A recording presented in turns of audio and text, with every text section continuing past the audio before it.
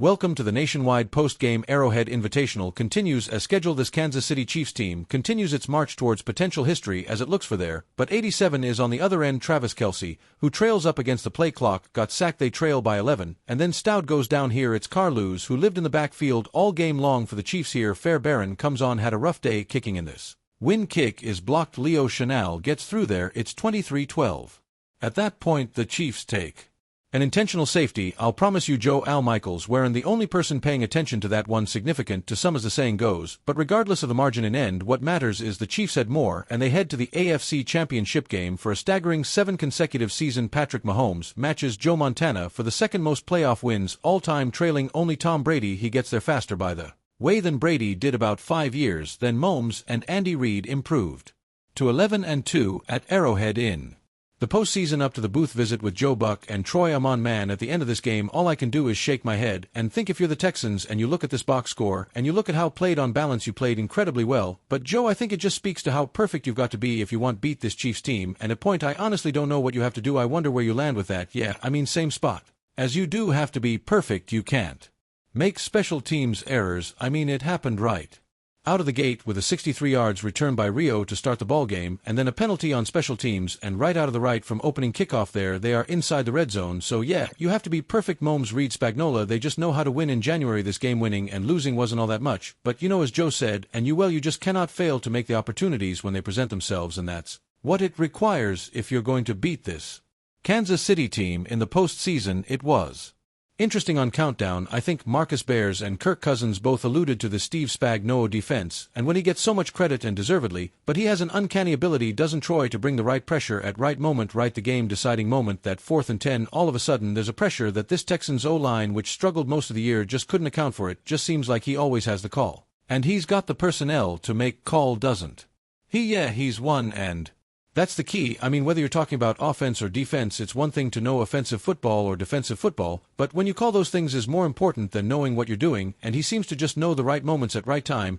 He gives a lot of different looks in the fourth quarter when game was obviously in the balance, and they needed to make plays. He did what you expect him to do. He leaned onto the pressure and brought extra blitzes, and then, even late when you fully expect him to bring the pressure, because that's what he's done and what he's known for, then he backs off and he rushes for, so constantly keeps you on your heels, and it's hard then as an offensive play caller to be able to call the protections and get the looks and things that you need in order to be able to make the plays down the field. Well, we've got Travis Kelce walking over to visit with us, and I hope, fellas, that someplace sunny and warm's calling your name. It's such a treat to get chance do this with you. Travel well, and I look forward to crossing paths somewhere down the road. Congrats on what is always a brilliant season. Thank you, Scott. Thanks, Scott. Best to you be you. So much. Thank Joe Buck and Troy Amon as we welcome the Yeti himself. Big S7. Congratulations on the victory. Thanks for taking a minute on cold day. Forgive me while I throw the gloves out. I'm embarrassed to do this in front of you. You're wearing shorts out here. We're just laughing with your brother Abai. The way he told us your name was Charles in the neighborhood. You told everybody your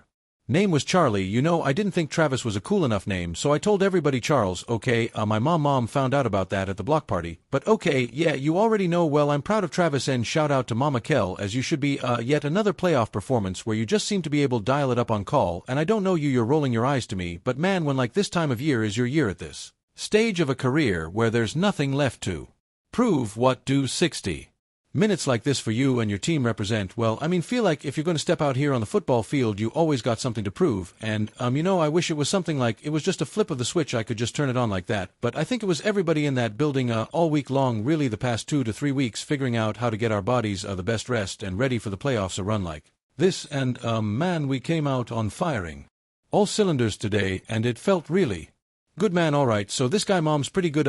He just the plays that seems to make over, and again I just shrug. You've been with him for years now, and the biggest moments what allows him to have the best moments, man. I'll tell you what, man, he puts in so much work, man, from the mental aspect throughout week, and then on top of that, while we're out on the field, he makes sure gets all the throws, and I just try and match that energy for him and try and be there for him at all the times, because it's Patrick, my man.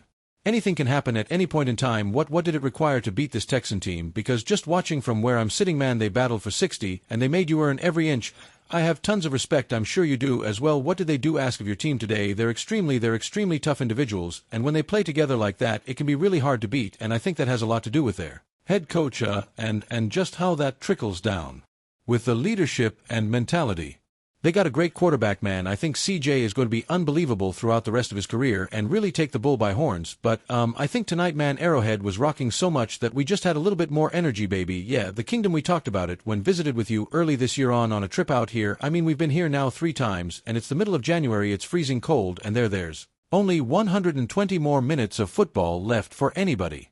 And so now we can narrow this down right when we were talking early in the season, that's way down the road, but like they're chanting 3P Travis right in front of you, man, like the ability to compartmentalize and do what has to happen. You've earned these next 60s, either Buffalo or Baltimore. What goes into the next step that has to happen, understanding it as well. Your team does well in the playoffs, everything gets faster, and everything gets, a little bit more physical as you get further along in the playoffs. So, the AFC Championship is always going to be the one of biggest challenges that you ever have, and looking at who the opponents would be, those are 2 of the best teams in the National Football League, and they got a lot of talent all across the board, but especially at that quarterback position, so anything can happen, and how you get ready for it is you just don't look ahead, you focus on what can do throughout the week to get your body ready, get mentally, and you're ready to go out there and just play your tail off for the guy next year.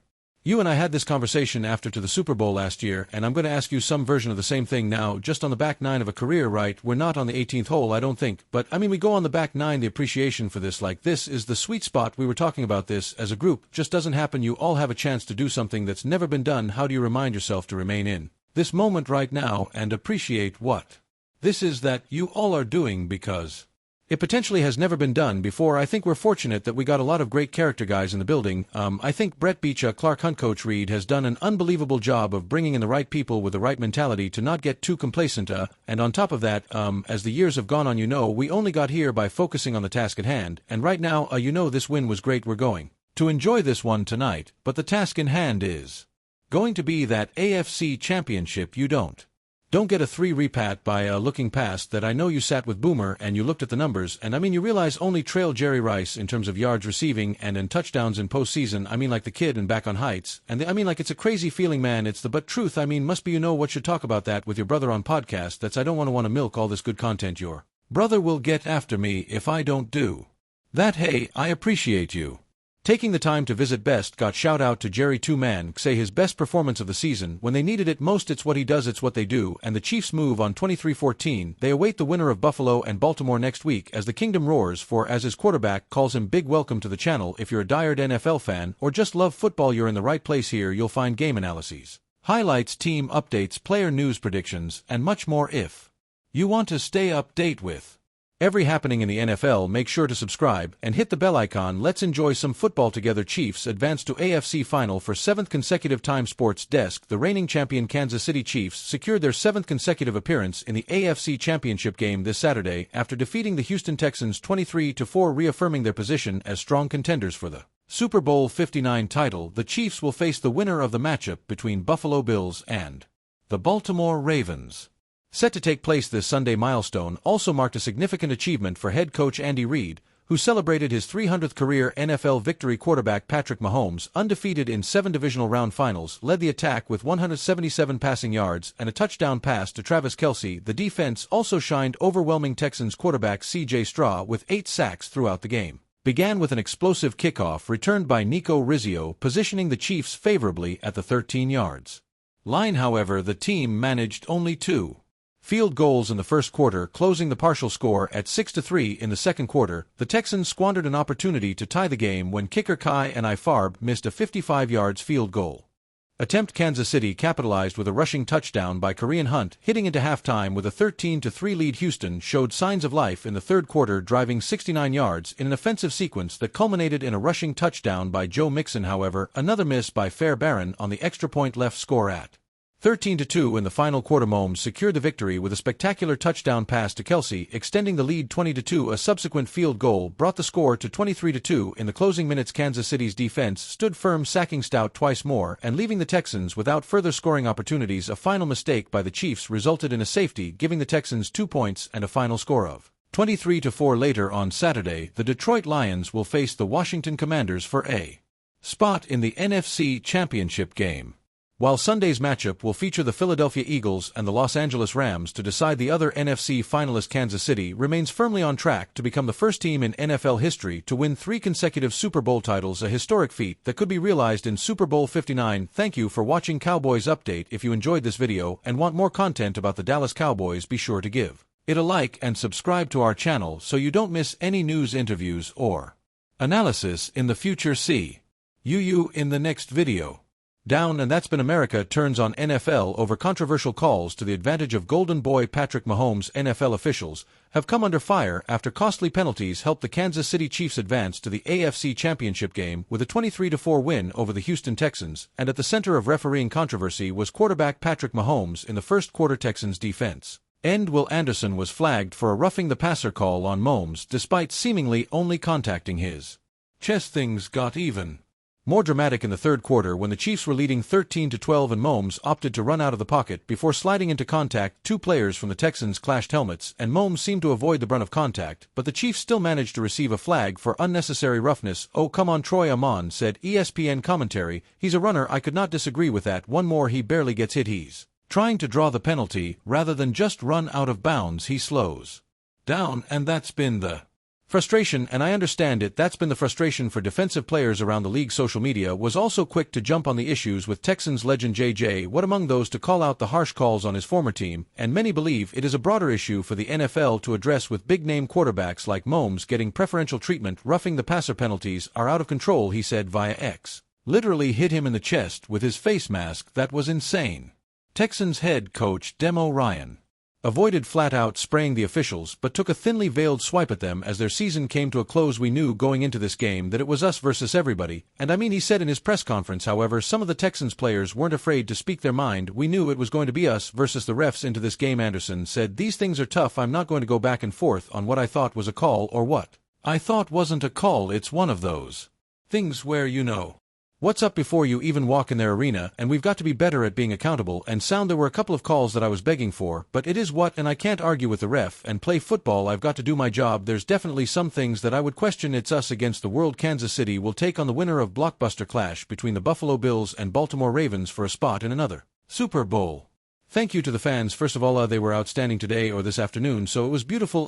Good to get back in the swing of things. I thought the guys knocked a little rust off early and then kept working. I thought finished up strong. I thought our defense did outstanding job. George led us with the 3 sacks, but there were their 8 team sacks overall, and that doesn't normally happen against a great offense like they've got. So my hat goes off to Spags, as you know the plan he had, and then again the players for executing Justin Ellis with in tackles, and McDuffie had the 3 pass breakups. They were tremendous too. To go with it offensively, you probably need to start with Trevor. 7 catches for 117 yards, a touchdown, and he just, that's why he's the greatest tight end there. There's been Kareem, I'm trying to read my notes here. Kim was 7 for 40, 1 touchdown, and then anyways, it was all good. I've got 8,000 notes here scribbled on here. I thought Rizzio did a great job with the initial kickoff with a 63-yard run, and then Bucker with his 3 field goals, outstanding, and then Chanel right at the end comes up with with big block. My hat go off to Borgo going to Tennessee. He's now the enemy, but we know we're glad he was able to get that job as a general manager there, so he's done a phenomenal job here for us, and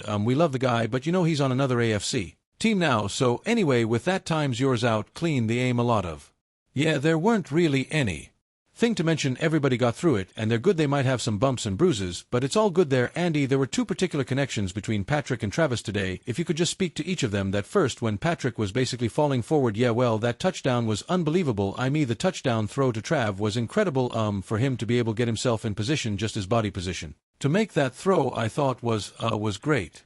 You think for a second he might had his knee down. Did you wonder that as he was releasing the ball? No, I have a good view of it. So, and the one long connection they had early, that was Travis's longest catch of the season, and certainly showed some burst. You see that as a benefit of the rest. He can still play. He's all right. Patrick do a lot of things. That play there that we're talking about is one where even though you're in the middle of the game, you may peek up and watch the replay on board. I always tell our coaches, don't get used to that. This is unreal. Tell the fans same thing. We're very lucky to have him here, and the stuff he's doing just doesn't happen. That's why he's the greatest at doing what done in a relatively young career here. So, I thought Nagy did a nice job of putting the guys in position to have some real nice plays too.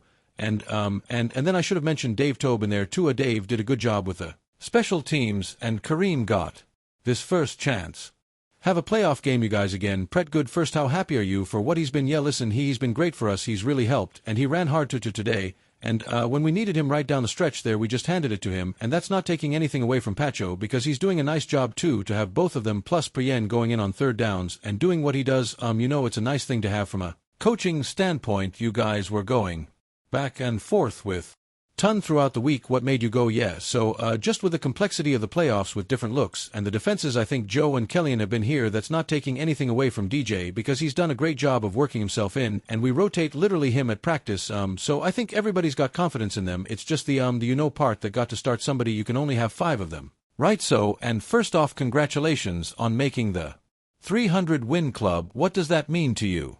Personally, yeah, a lot of people go into that, so, it's not I joke the guys that, get a couple more, you might be able to equal my weight, so, and it looks like you're a fork Darian too, so I'm with you, can roll with me, coach. It seemed like a pretty hard win for the team. Can you maybe share any of your message to the team in locker room after the game? Yeah, I'm PR of them for what they've done. This isn't an easy thing. That's a good football team. Deo has done a phenomenal job with that team. I had him as a player, now I get to see him as coach, and he's doing great things, as a coach, so ton of respect for him and what he's done, but that's a good football team, phenomenal defense that they've got, so I'm proud of our guys for how they handled it, and we knocked a little the rust off. Everybody stayed positive and with each other that whole bit, and here we sit with a championship game. We're humbled to be in that position, and fortunate we appreciate that. We're right here, at Arrowhead.